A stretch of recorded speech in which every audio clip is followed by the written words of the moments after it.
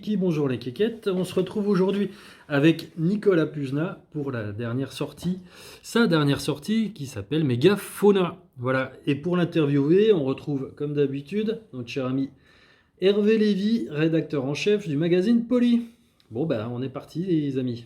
Eh bien, bonjour à tous, bonjour Nicolas. Après Bonjour. Espèces invasives, on retrouve Mégafauna, qui est un ouvrage un peu hybride entre uchronie, roman d'aventure post-médiéval, conte philosophique voltairien.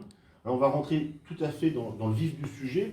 L'idée de base, en fait, c'est de créer un monde ex nihilo, un monde assez complet, un monde avec toutes ses composantes, avec comme pitch de départ la préhistoire a continué.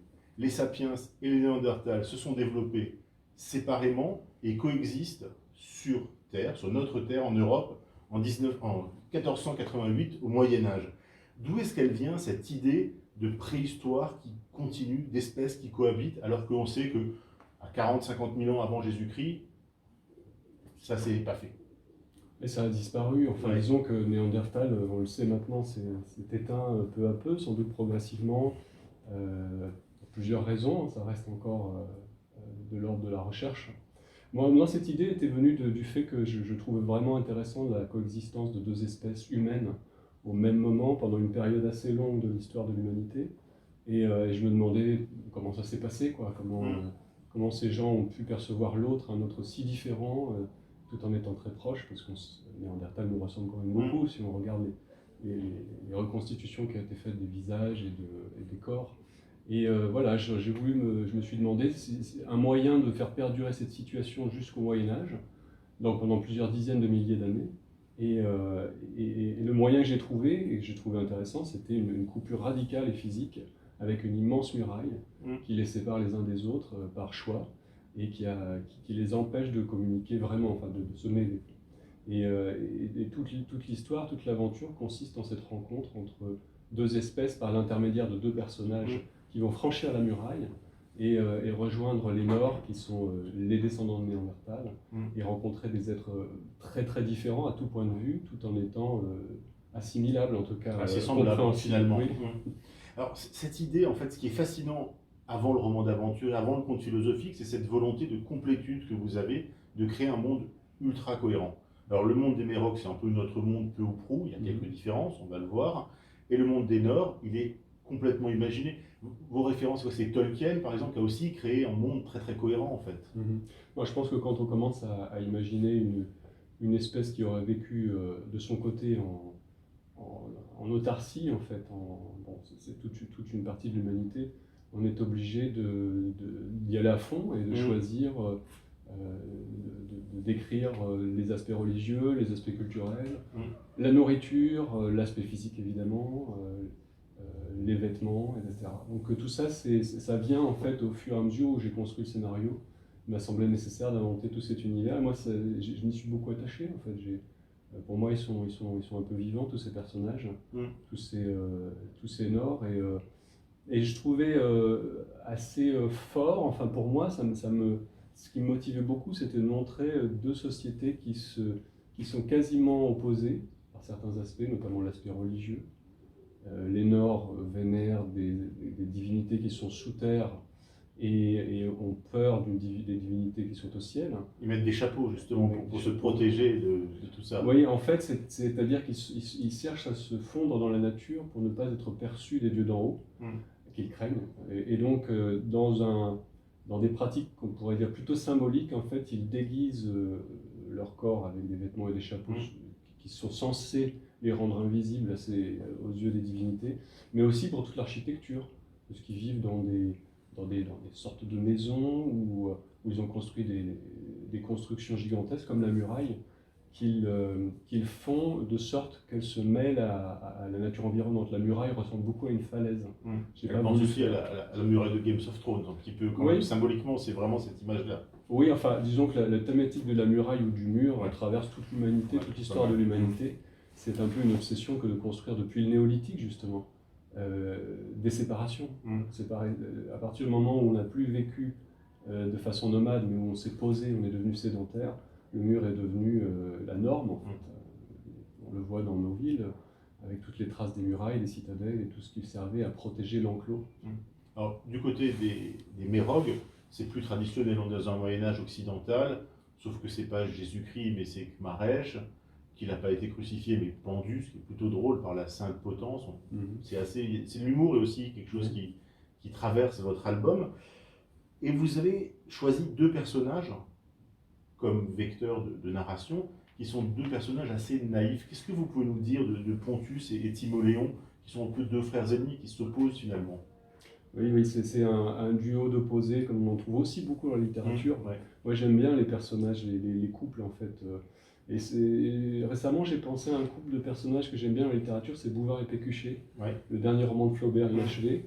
Et il y a quelque chose d'un peu de ça, alors, pas du tout dans la même thématique ni dans la même époque, mais ce compagnonnage de deux personnages qui ont des caractères différents, je trouvais ça chouette, en fait. Et Pontus est un garçon qui est plutôt méfiant, inquiet, bien qu'un peu retors, parfois roublard.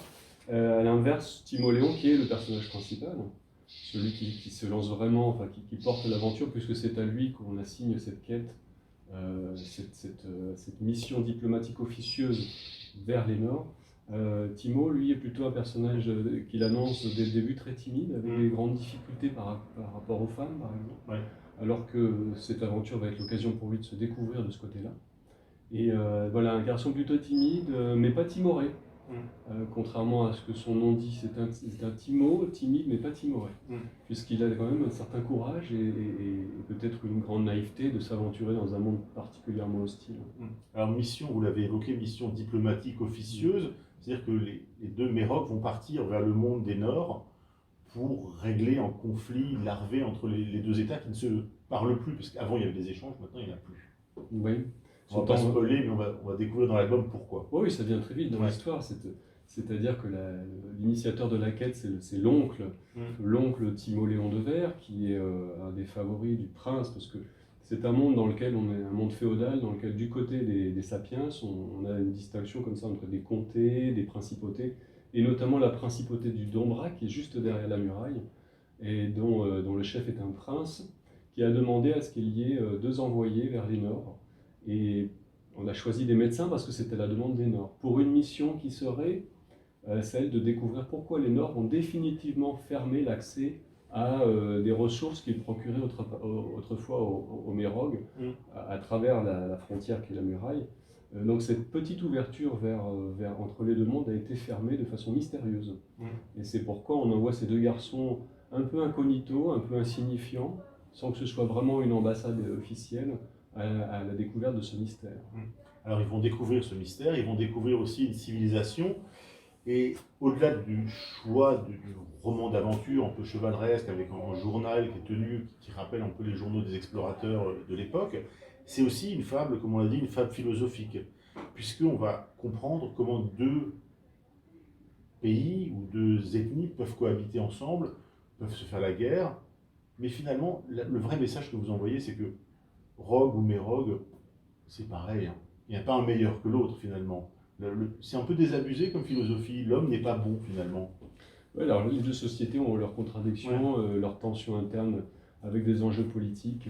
On sent bien qu'il y a des enjeux de succession et de pouvoir chez les Nords, mais également chez les Mérogues, les sapiens entre guillemets. Et c'est vrai que ce sont dans les deux cas des mondes complexes et les Nords ne sont pas des anges et n'ont pas toutes les vertus. Alors ils ont quand même des grandes qualités par rapport au monde des Mérocs que j'ai voulu un peu assimiler aux nôtres. Les Nords ont ces grandes qualités d'une capacité à gérer leur territoire qui est beaucoup plus efficace. Ils ont préservé leurs immenses forêts, ils ont sacralisé les animaux géants, la mégafaune qui peuplait... donne son titre à l'album. Oui, tout à fait. Et donc c'est pour ça qu'on peut apercevoir au fil du livre ces êtres gigantesques qui ont disparu depuis quelques milliers d'années, comme des mammouths, ou des mégacéros, ces cerfs gigantesques qui peuplaient les forêts d'Europe. C'est aussi une façon de raconter réellement l'Europe du Moyen-Âge, puisque avant la découverte de l'Amérique, les grandes découvertes, l'Europe s'épuisait aussi, était besoin de se projeter hors d'elle-même pour trouver des ressources financières, etc.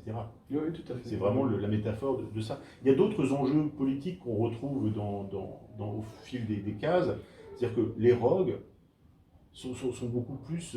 la place des femmes dans les deux sociétés, j'ai dit les rogues, je pensais les Nords, est très différente en fait.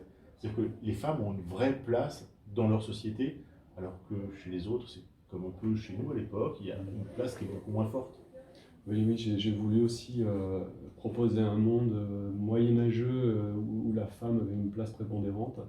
Les femmes nord, que les deux garçons prennent au début pour des femelles, parce qu'ils ne sont pas tout à fait certains de la nature humaine de ces nord, de cette autre espèce. Donc les femmes ont vraiment toutes les fonctions de la société.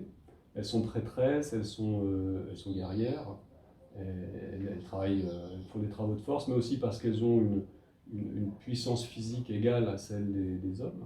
Ouais, Il n'y a pas de différence physique grande, plus forte que... entre les mâles et les femelles, entre guillemets.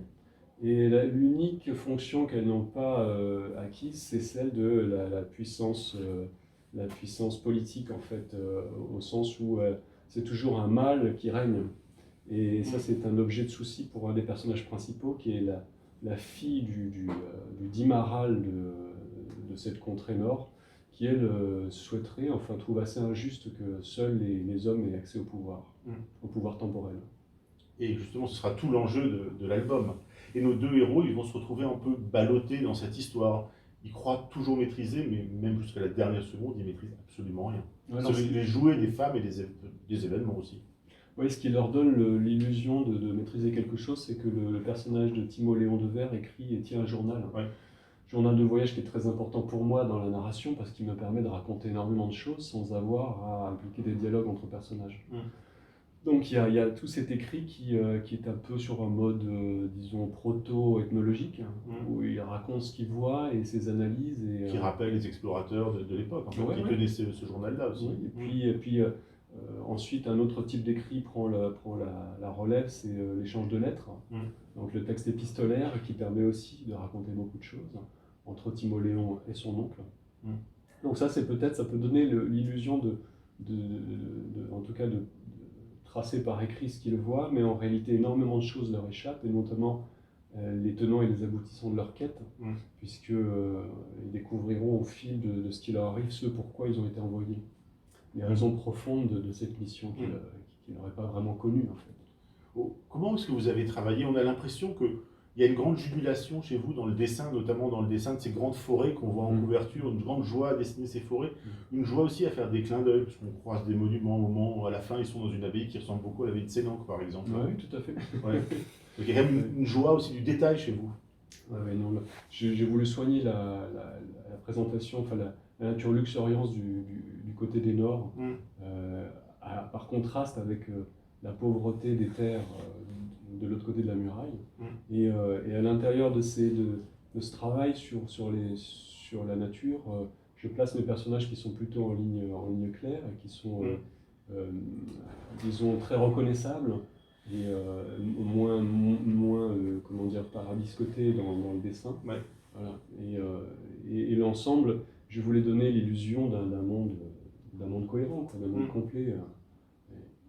Et les détails qu'on comprend parfois, pareil, des machines qu'on trouve dans la forêt chez les Nords, qui sont une sorte de machines bizarroïdes dont on n'a pas l'explication, par exemple. Bah oui, parce que sur 92 pages, on ne peut pas rentrer dans tous les détails, mais j'espère qu'à l'avenir, je pourrai approfondir cet univers qui vient de naître, en fait, et qui est amené à se développer. J'espère, oui, moi je pense que c'est un monde que j'ai envie de poursuivre, d'explorer, puis il y a tellement de choses à raconter dans cette vis-à-vis entre deux espèces humaines. C'est vrai qu'il y a beaucoup de portes ouvertes. Là, si on parlait comme Montesquieu, parce qu'il y a des références lettres persanes, enfin ce rapport à l'étranger, à l'autre, ce serait quoi la morale de votre album? Que l'homme n'est pas bon, qu'on est tous pareils finalement avec nos travers?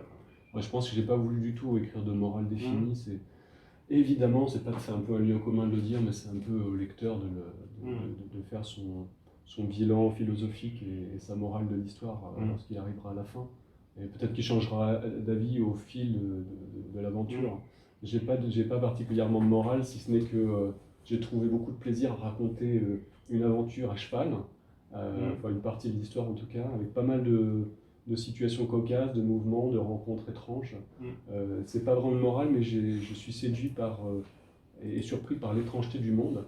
Et j'ai voulu la traduire dans ce monde imaginaire, mais très, très en fait en miroir par rapport à notre monde réel. Ok, ben merci beaucoup. Et merci Hervé. Merci Nicolas, et très belle lecture pour trouver sa propre morale dans Mégafauna. Merci à vous deux. À bientôt, bisous, merci à Nico et merci à Hervé.